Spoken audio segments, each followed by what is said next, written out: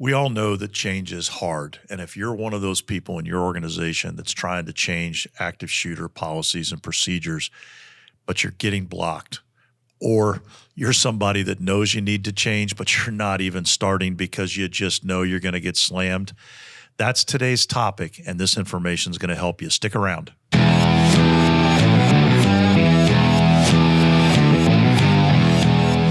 Welcome to the Active Shooter Incident Management Podcast. My name is Bill Godfrey, your podcast host, one of the instructors here at the National Center for Integrated Emergency Response. I'm rejoined by two of my dear friends, Terry Nichols, one of our law enforcement instructors. Terry, good to have you back. Hello, Bill. I'm certainly glad to be here. And Joe Ferrara, one of our fire EMS instructors. Joe, good to see you again. Always happy to be here, Bill. So we were recently together and talked about the power of inverted thinking and how that can help us. And at the tail end of it, we talked about some of the obstacles or the challenges to trying to implement procedures and policies.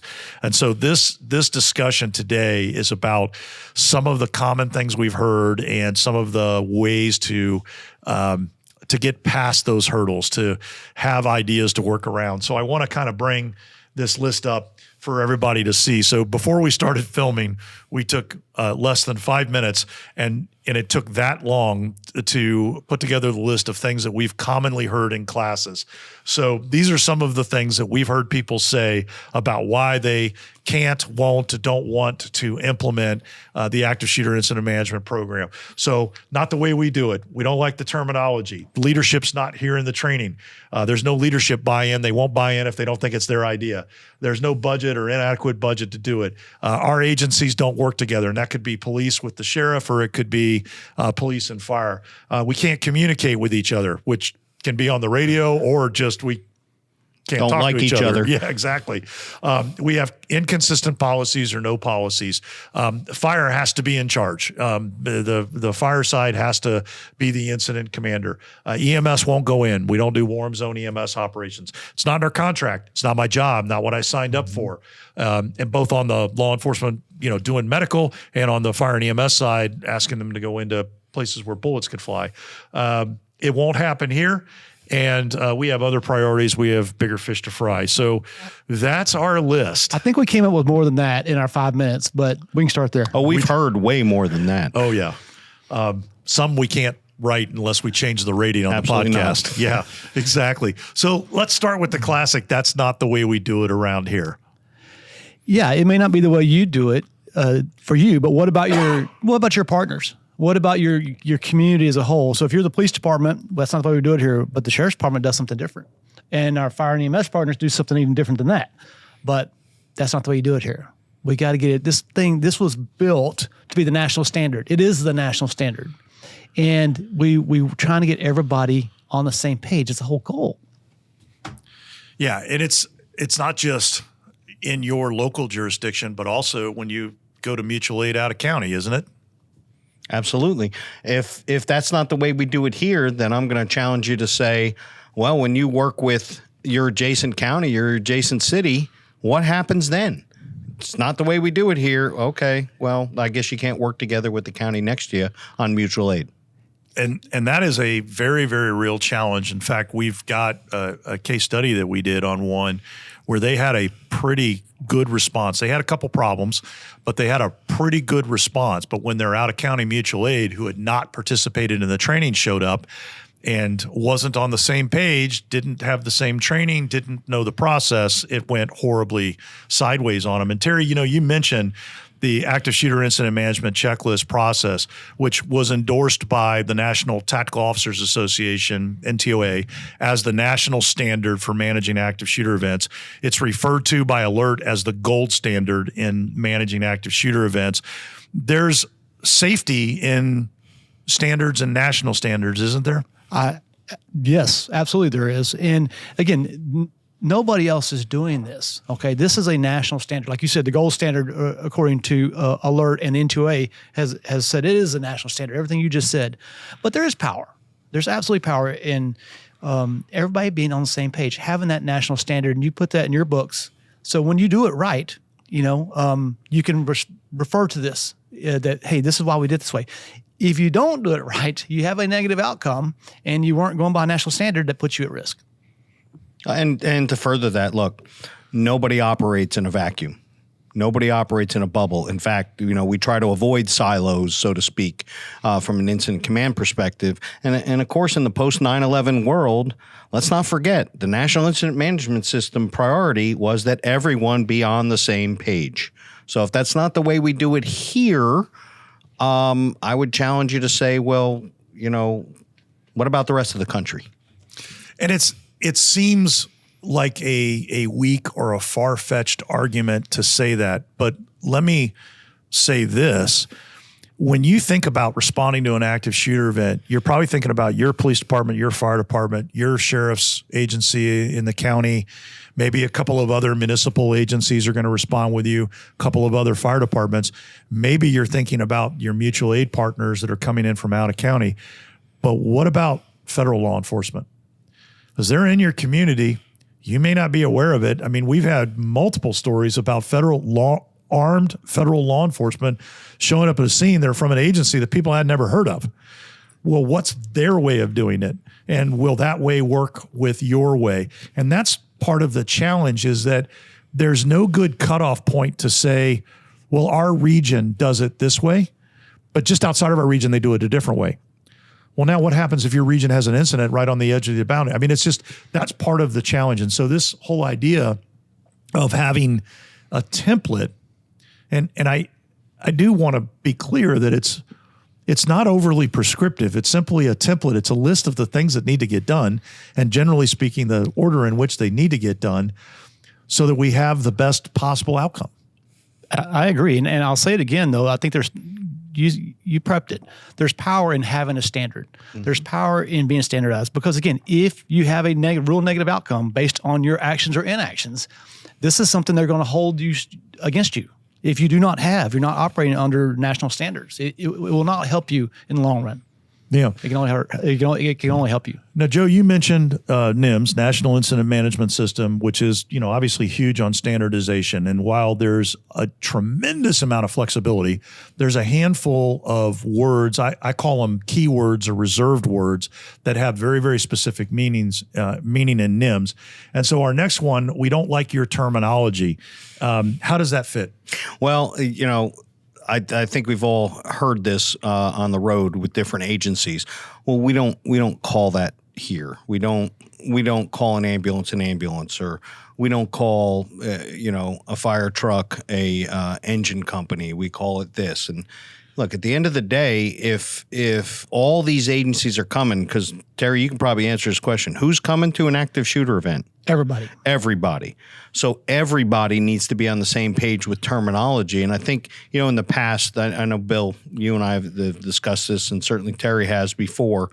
Let's look at the term rescue, just as an example. A rescue for me in South Florida is a transport unit, is an ambulance. However, if I go to New Mexico, it's not called a rescue.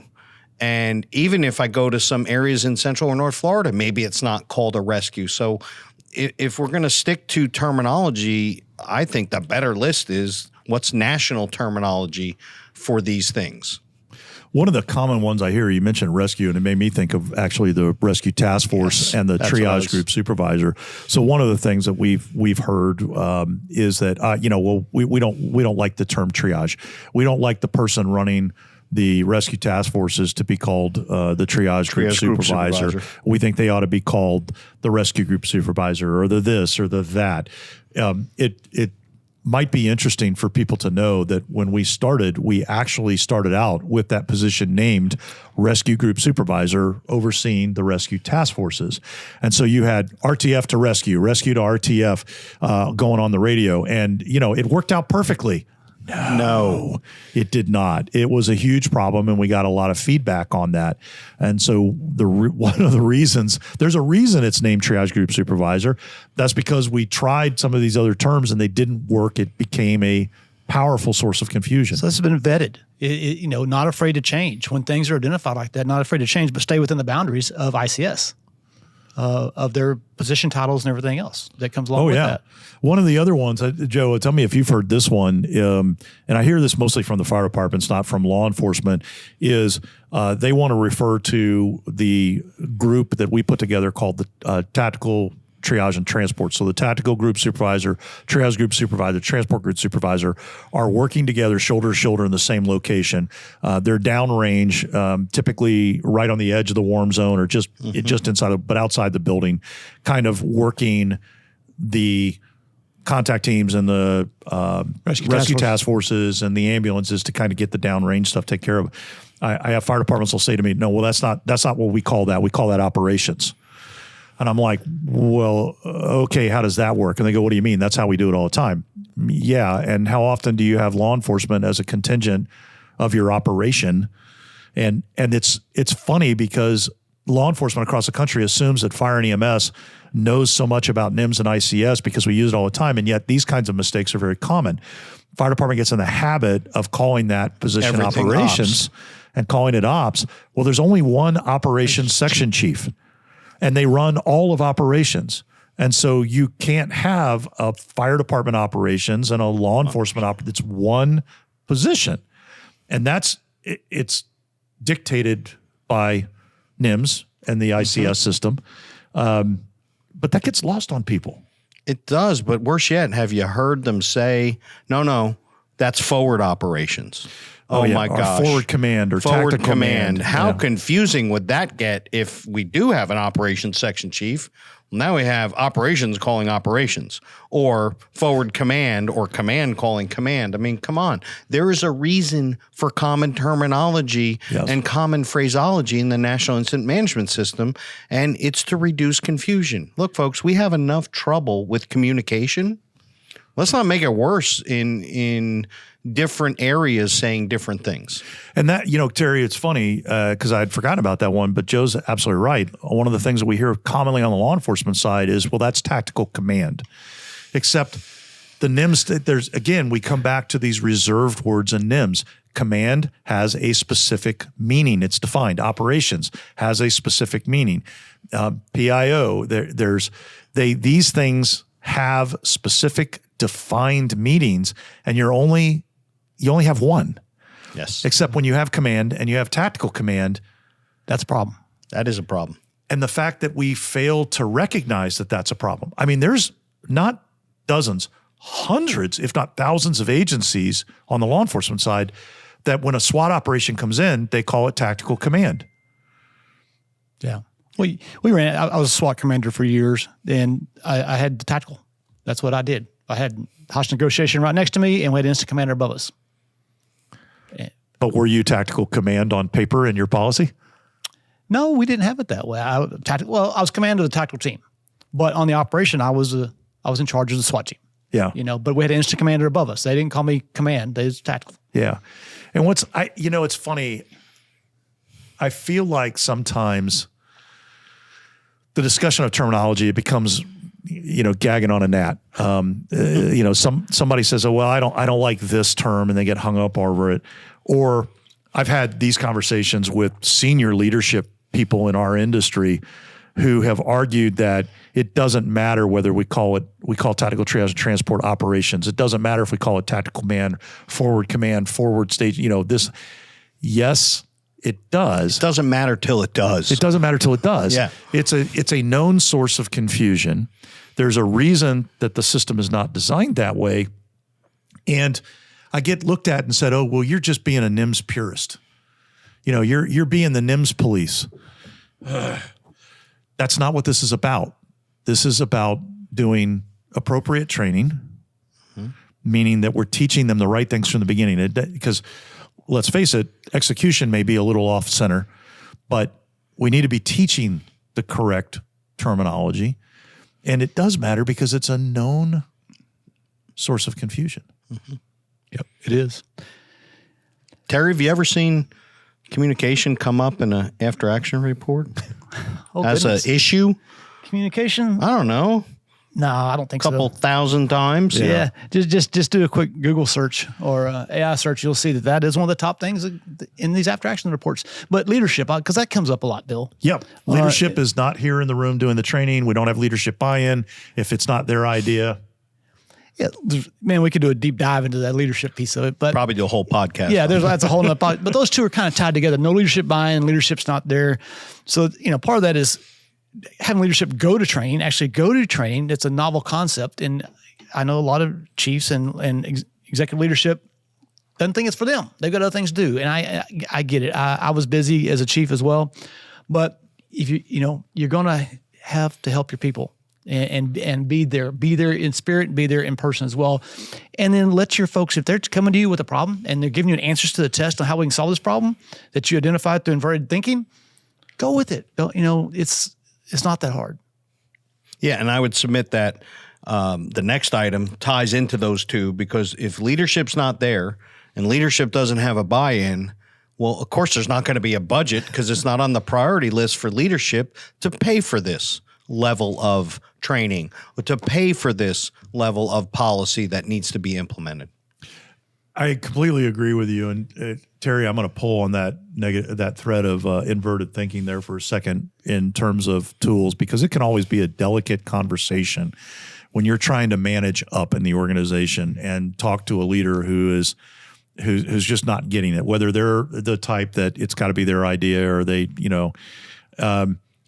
I think the power of the inverted thinking of saying, all right, boss, look, you tell me, what are the things that we could do as an organization to make sure we screw up this response? I mean, to just give me 3 or 4 things off the top of your head that that we could do, that if we did them, we would have a horrible response to an active shooter event. And they'll come up with a couple of things and then ask the okay, if you were in command, we have one of these, you're going to show up, right?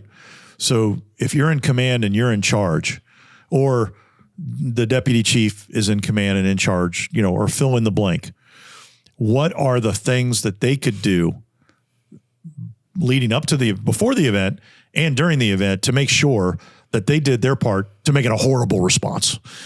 And somewhere in there, not going to training is going to come up. Absolutely would be. That'd be one of the key things is didn't attend training with people that don't know how to make decisions under stress. But I'm glad you segued us back to that, the inverted thinking, because a lot of people may not have seen that podcast where we talked about this, but you just spelled it out very well.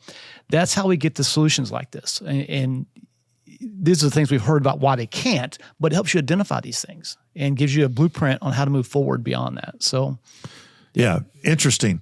So no budget. Both of you guys were chiefs. You've had to go, like myself, in front of your commissioners and try to justify your budget.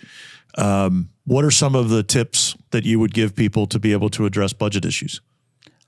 I'll go first. I was blessed that I had good leadership above me. My city manager and councils and mayors were always great. But I went to them on this topic. I went to them with my fire chief partner. As a collective, we need to address this. We need to do this. And that's powerful when you're both your emergency people in the community are coming to the boss saying, we need a budget to support X. It's not outrageous. It's within both of our capabilities, but showing that it was a priority for us combined, it's hard to say no to that as my boss. And again, I had great leadership above me. And I tend to agree with that, Terry. If you go in a unified fashion, and you justify it together, whether it's the fire chief and the police chief or the fire chief and the sheriff, how we put this forward to the elected officials is critical. But, it's got to start with leadership has to have buy-in here, so they make it a budget priority. And I would submit to any fire chief out there that if active shooter training in your community is not a budget priority, you probably need to rethink what you're doing today, because I've said it before, I think, in podcasts. It's not a matter of if it happens in my community. It's a matter of when. So let's get prepared today. And that does start with budget authority. We can't do things without paying for it. We know that. I think, it's important to say out loud, and for us as chiefs and as leaders to remember, you have other tools. You've got grants. You got all kinds of grant funding. You got county grants, emergency management grants, state grants, DHS grants, FEMA grants. I mean, the list of grants can be almost overwhelming. And so there is opportunities out there to get funding. On the law enforcement side, you've got that seizure and forfeiture slush fund that, we won't talk about that anymore because I don't want to know what you do with it. Don't talk about that.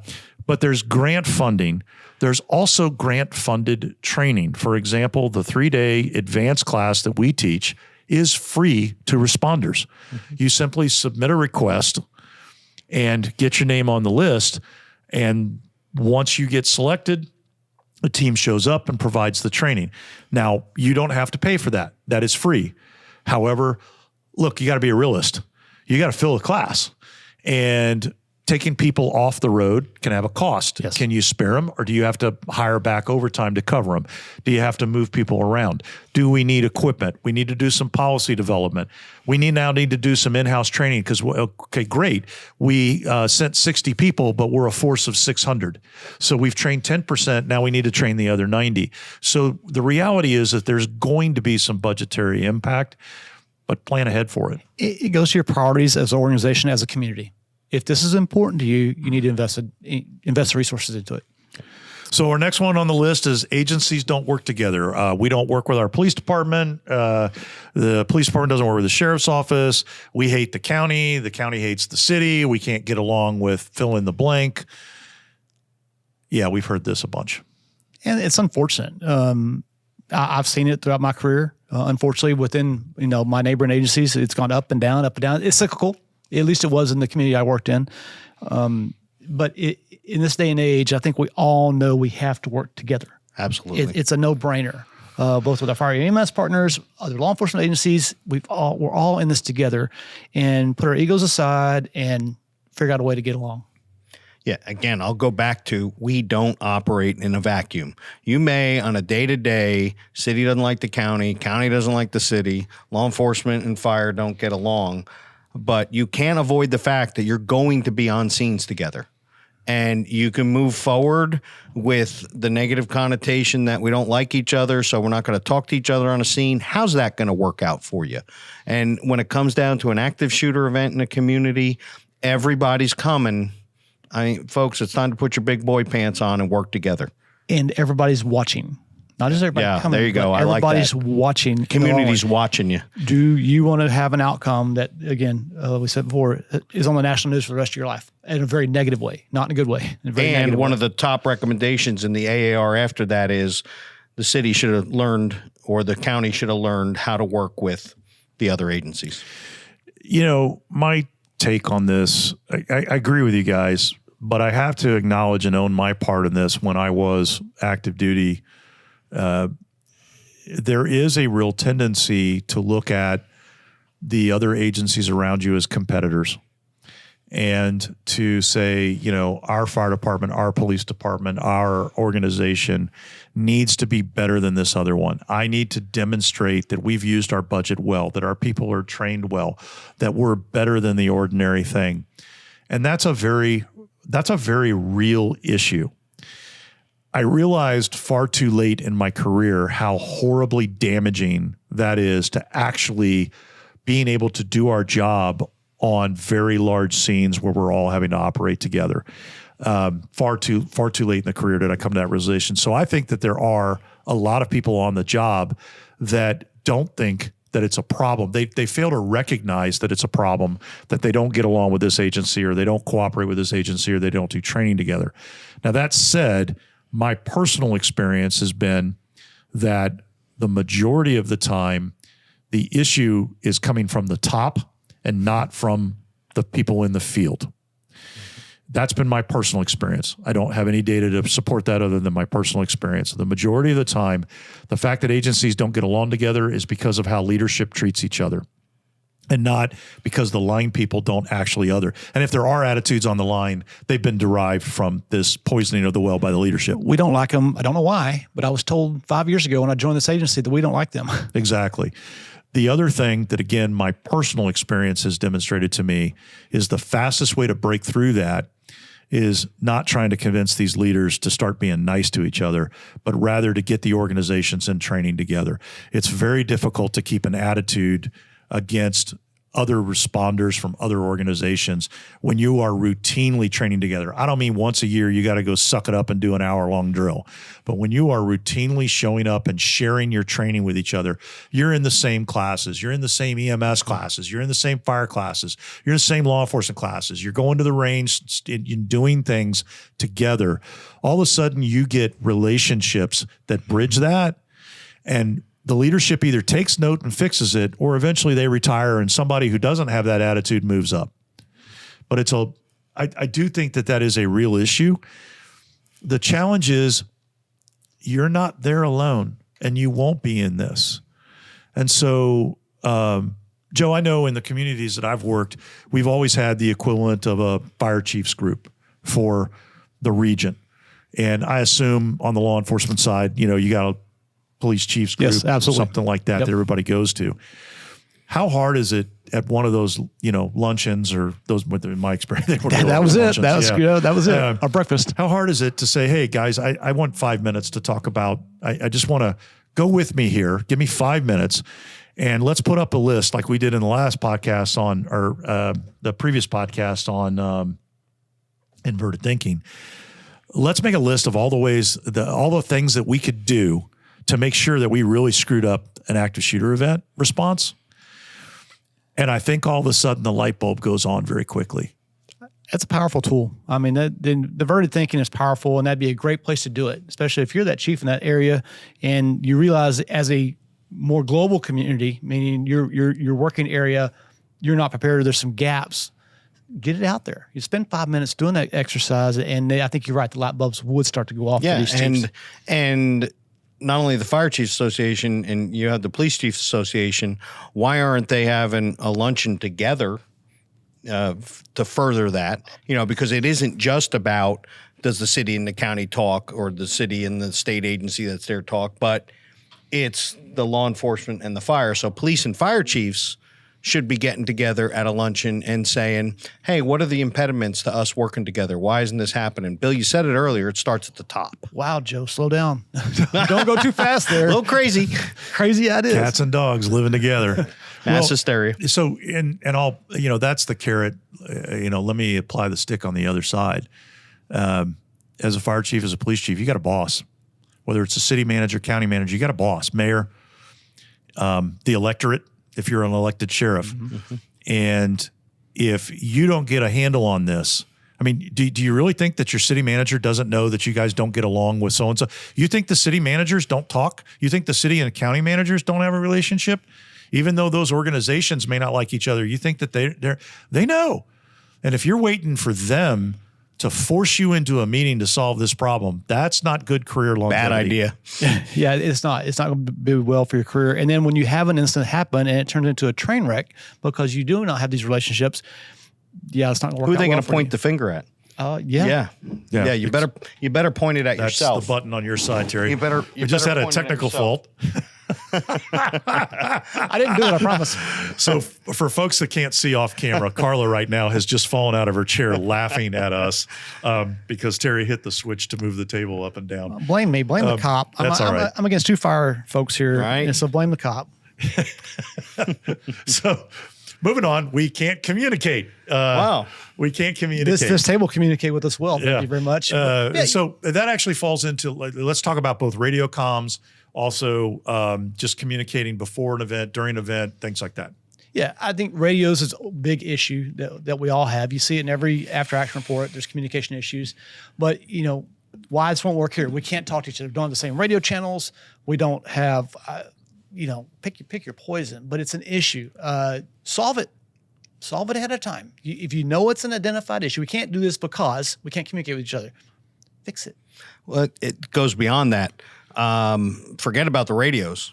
How many times have you seen two leaders together on a scene or in a command post and they're not talking to one another, or they're talking to one another, but the other one's not hearing what they're saying? There's a lot of noise, and I don't mean audible noise, but there's a lot of noise that goes on between communication exchange with two human beings. Some of it is in how they're dressed. Okay, let's take the city and the county. This fire chief doesn't like, their uniform. So that's noise between the two of them. You would think that we would do a better job of communicating and listening in communication. My gosh, we've got one mouth and two ears. We should be really well equipped for that. But I think it's a major failure. And then add some technology to a radio to it, and now we expect that the radio is going to fix it? I don't think so. No. Joe, one of the things you made me think of with that is a common issue that we see in training that we have to correct the behavior is that you end up with the law enforcement person running the show and the fire and EMS person running the show running their things independent. Silos. They're standing in the command post together, somewhat near or adjacent to each other, but they're not actually talking to each other. They're not coordinating together.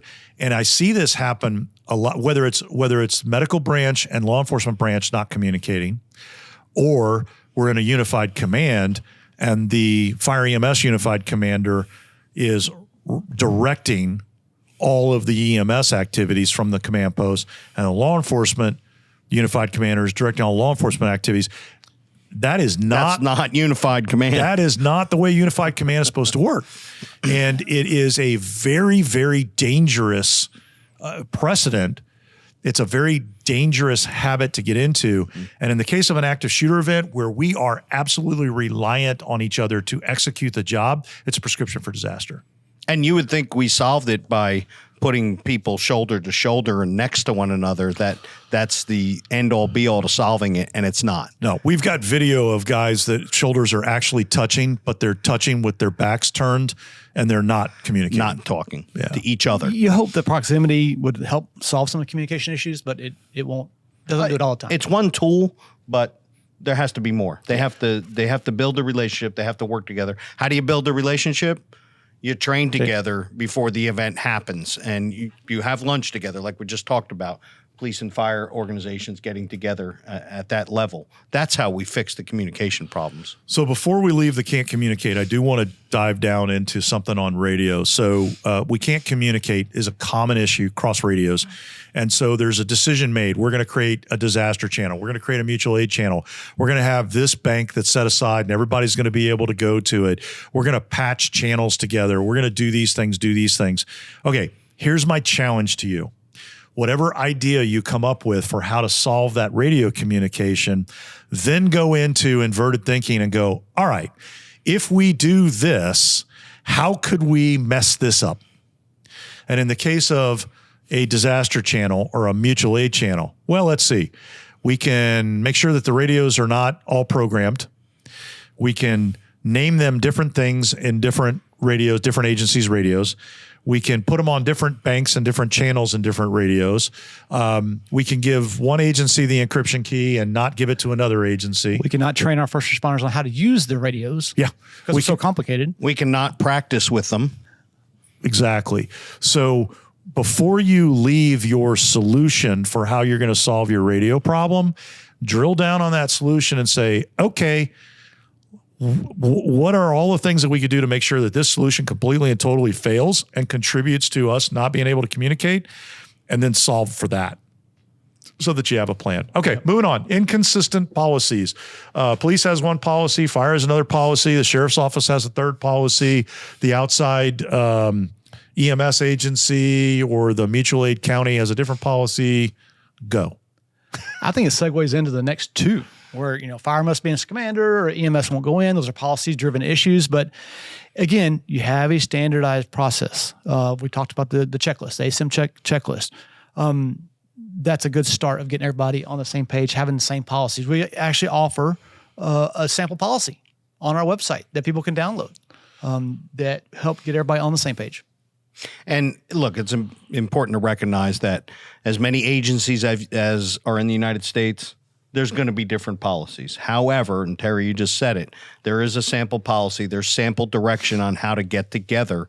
I don't have an expectation that the police department and the fire department are always going to have the same policies, or the city and the county are always going to have the same policies. But folks, as you're listening to us talk about these problems, if you're not getting together on the same policy, you're missing the boat. I mean, why would I train my folks on policy A to move in this direction, and worse yet, not tell Terry over at the police department what my guys are even and gals are even doing?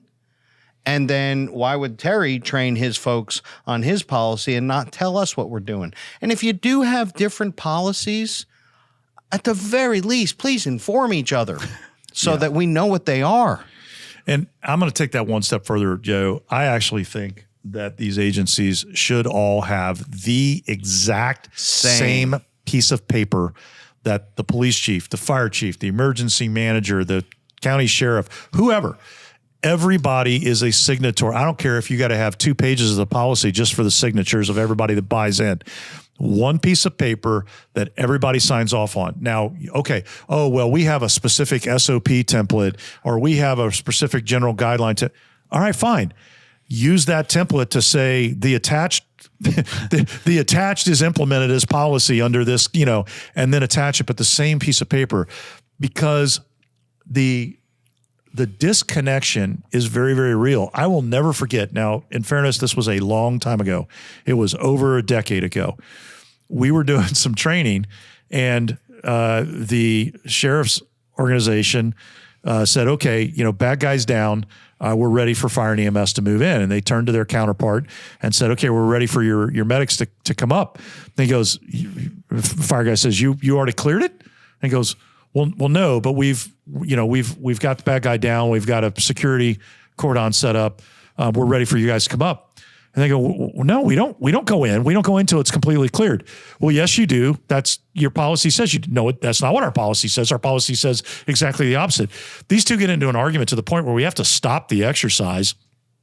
They both are going to prove themselves right. And here's the funny part. They were both right. The sheriff's office policy said the fire department does the equivalent of what we now call warm zone EMS operations. The fire department policy explicitly said you are forbidden from doing warm zone EMS operations. Again, this was a long time ago, but this is a very, very large metro organization that this happened in. And it just goes to show how easy it is to get that drift. Yep. And when you don't have the relationships, that it makes it even easier to have that drift. Yeah. And Joe, I'm reminded of, when you and I were both EMS chiefs back in the day, and we wanted to get our region on a joint EMS protocol, some of the challenges, and that was a multi-year challenge. Talk a little bit about that process and what worked and what didn't work to get everybody to literally buy into the same document. Well, and I'll preface that with, if you think that the fire service in and of itself is resistant to change, then please talk to the medical community and physicians, and put 5 physicians in a room and get them to agree that this is the best way, the one way to do things. I think the biggest challenge there was not only writing or compiling a protocol that's evidence-based, that's research-based, that makes sense, but getting physicians, the medical directors, to buy off on that. I think that's the biggest challenge. I think once, and again, that goes back to, it starts at the top. It starts at the leadership. If the leadership buys into it, then the trickle-down effect, the training, the effort that goes into it works from there. Yeah, and there's a couple of tactical things that we did. One was, instead of trying to legislate it, we decided to approach it as a keeping up with the Joneses. So EMS and paramedics largely want to have the most advanced skill set, just like cops want to have the best SWAT team, I guess. Whatever. And so we used that as they're wanting to keep up. Well, why does so-and-so get to do this, but we're not allowed to use this drug, or we're not allowed to use this procedure? And so that was a powerful motivator at the line level and at the mid leadership level to the keeping up with the Joneses. So don't ever underestimate the power of keeping up with the Joneses. The other thing that we did that I thought was extraordinarily powerful was the format. Basically, if you looked at the book, the main column was 2/3 of the page, but on the outer edge was a little third column. And that had the list of exceptions that people took to the policy. So whatever the policy or procedure was that was considered to be the most complete, most thorough, most aggressive, whatever, that was what went into the main column. But if there was an agency that didn't do it that way, there was a note right off to the side, which was a very powerful way to say, I don't want any notes about our agency off on the side. But that could apply to active shooter events. So as you're trying to get everybody on the same policy, how about starting by getting everybody's policies and figuring out where they're different?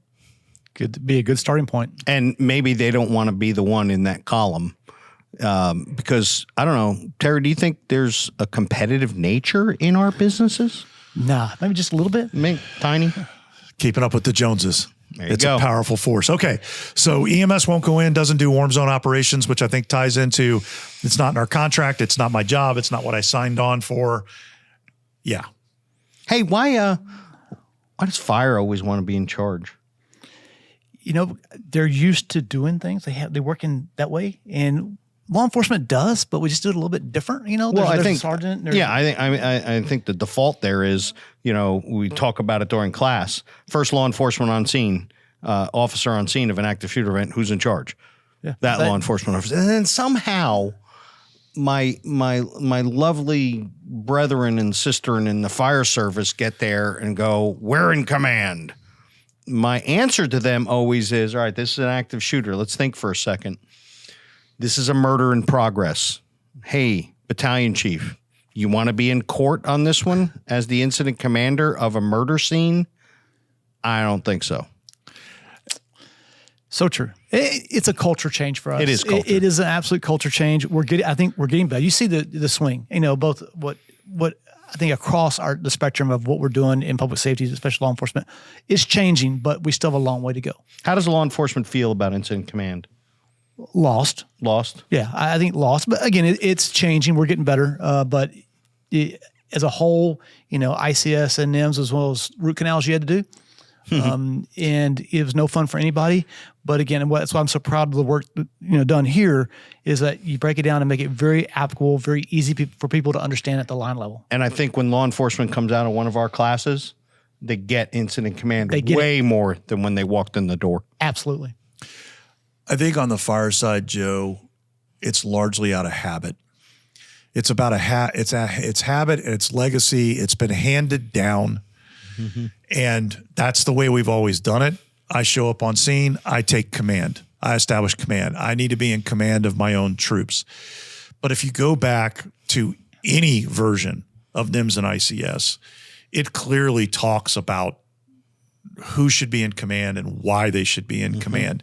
And I want to close the loop on this one piece because I don't want to leave people the wrong impression because we sometimes get asked, well, what about unified command? For example, NFPA says unified command. Unified command is appropriate and it is a very useful tool and it should be used in an active shooter event. And what we found is that if you tried to do a unified command from the very first minute of the scene, it slows things down because everything that needs to happen right now at the very beginning in the first 5 minutes of this thing is a cop problem. Yep. It's a law enforcement related issue.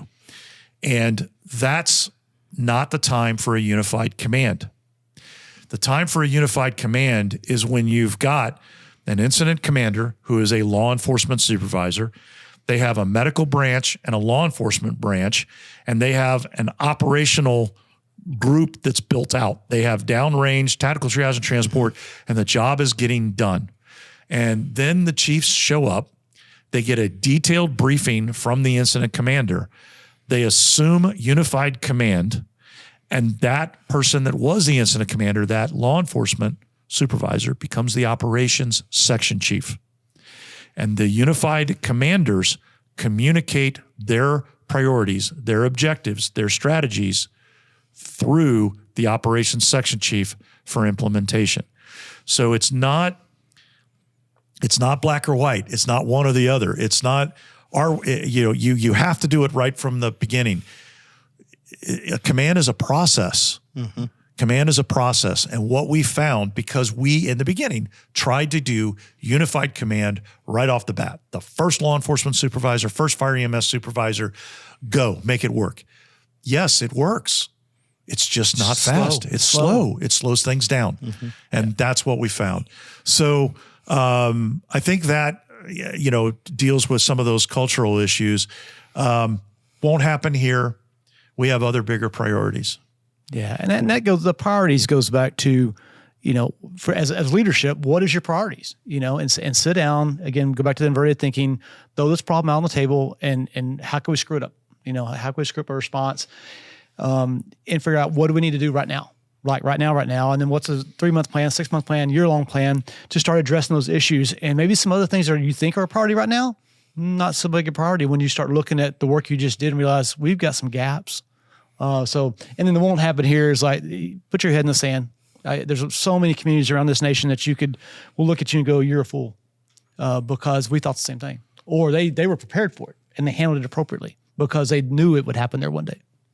Yeah, we've got to look as leaders. We've got to take that attitude on. Saying it won't happen here is probably one of the more dangerous statements we can make in leadership, because what differentiates our community from any other community? Why did it happen in this community and it didn't happen here? I have no control over that. Do you think the people in the Northeast right now are thinking about wildfires? Yeah, they are.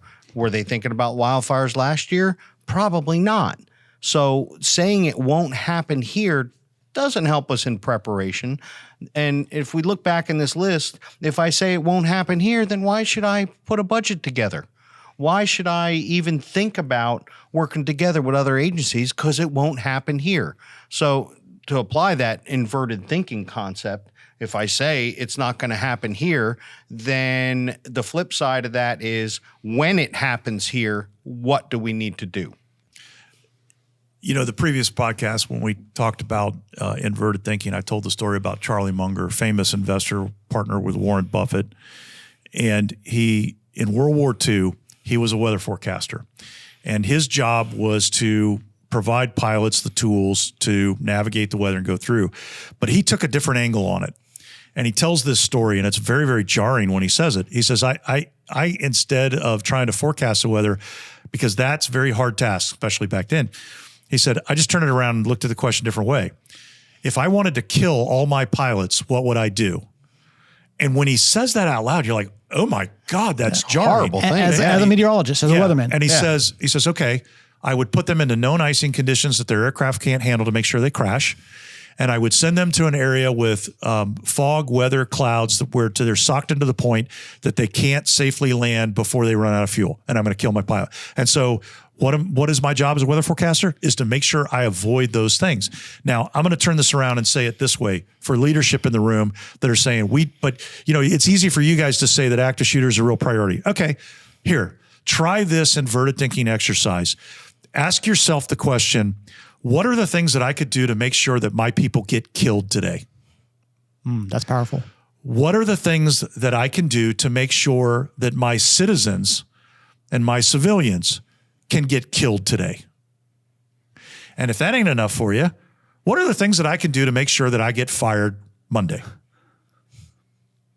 That's the power of inverted thinking. Won't happen here. You make those lists and it'll change your thinking. It will. It will. Yep.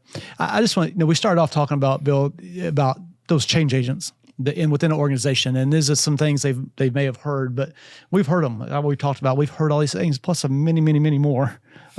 So keep your head up. If you're that person, keep your head up and know there's a path forward. And we're always here to help here at the National Center. And you can do it. You can do it.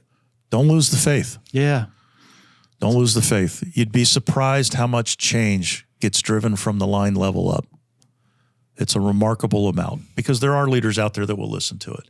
I agree. Terry, Joe, thank you very much for doing this. I appreciate you guys being here. It was a fun, engaging conversation. Ladies and gentlemen, I hope you enjoyed it. If you haven't already liked and subscribed to the podcast, please do so. Please send us any questions you have or suggestions for future topics. If you've got some questions, you can post them in the comments. We do pay attention to that and respond to them. Of course, the purpose of this is for training, professional comments. So some off-topic comments we don't respond to, and that's the way it is. Thank you to our producer, Carla Torres, for always making us look great and sound great. And until next time, stay safe.